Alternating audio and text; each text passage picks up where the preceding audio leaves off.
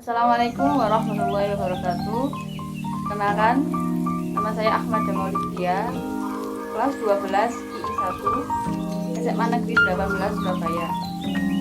Kali ini saya akan menjelaskan apa sih kritik seni kriya itu, dan juga nanti saya akan mempresentasikan sebuah karya seni.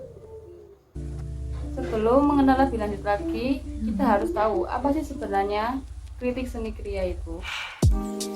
Kritik seni adalah kegiatan menanggapi karya seni untuk menunjukkan kelebihan dan kekurangan suatu karya seni agar mengetahui kualitas dari karya tersebut. Kritik seni mempunyai fungsi utama, yaitu menjembatani persepsi dan apresiasi karya seni rupa antara seniman, karya, dan penikmat seni. Kritik dengan gaya bahasa tulisan maupun lisan berusaha melakukan analisa, mengupas, dan diharapkan bisa memudahkan seniman dan penikmat seni berkomunikasi lewat karya seni. Kritik seni memiliki 4 jenis macamnya. Yang pertama, ada kritik jurnalistik. Tipe kritik ini ditulis untuk para pembaca surat kabar dan majalah atau disajikan secara terbuka. Tujuannya memberikan informasi mengenai berbagai peristiwa dalam dunia kesenian. Biasanya, isi dari kritik jurnalistik berupa ulasan ringkasan yang jelas tentang suatu pameran, pementasan, konser, atau jenis pertunjukan yang lain. Yang kedua, ada kritik pedagogi. Tipe kritik ini diterapkan dalam kegiatan proses belajar mengajar di lembaga pendidikan kesenian. Tujuannya yaitu mengembangkan bakat dan potensi artistik estetik peserta didik agar mempunyai kemampuan mengenali bakat dan potensinya. Jenis kritik ini biasanya dikembangkan oleh guru-gurunya. Yang ketiga, ada kritik ilmiah.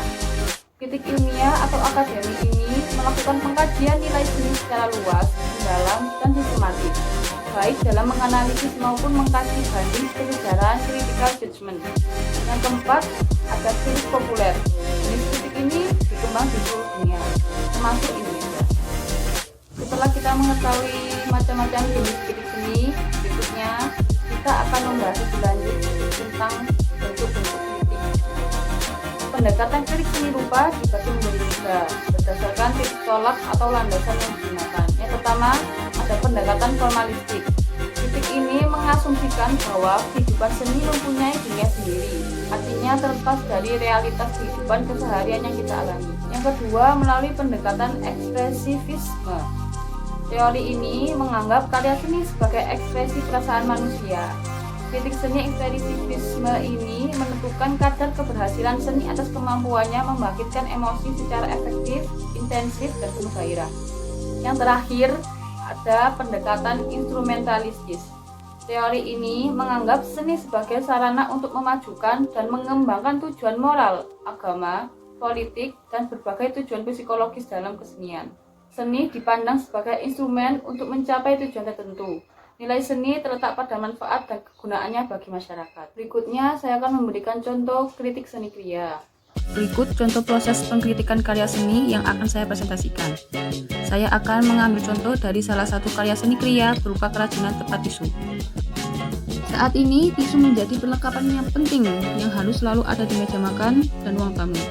Tempat tisu saat ini juga mulai beragam bentuk dan modelnya, mulai yang terbuat dari kain, kardus bekas, karton, kayu, hingga stik es krim pun bisa disulap menjadi tempat tisu yang menarik dan lucu.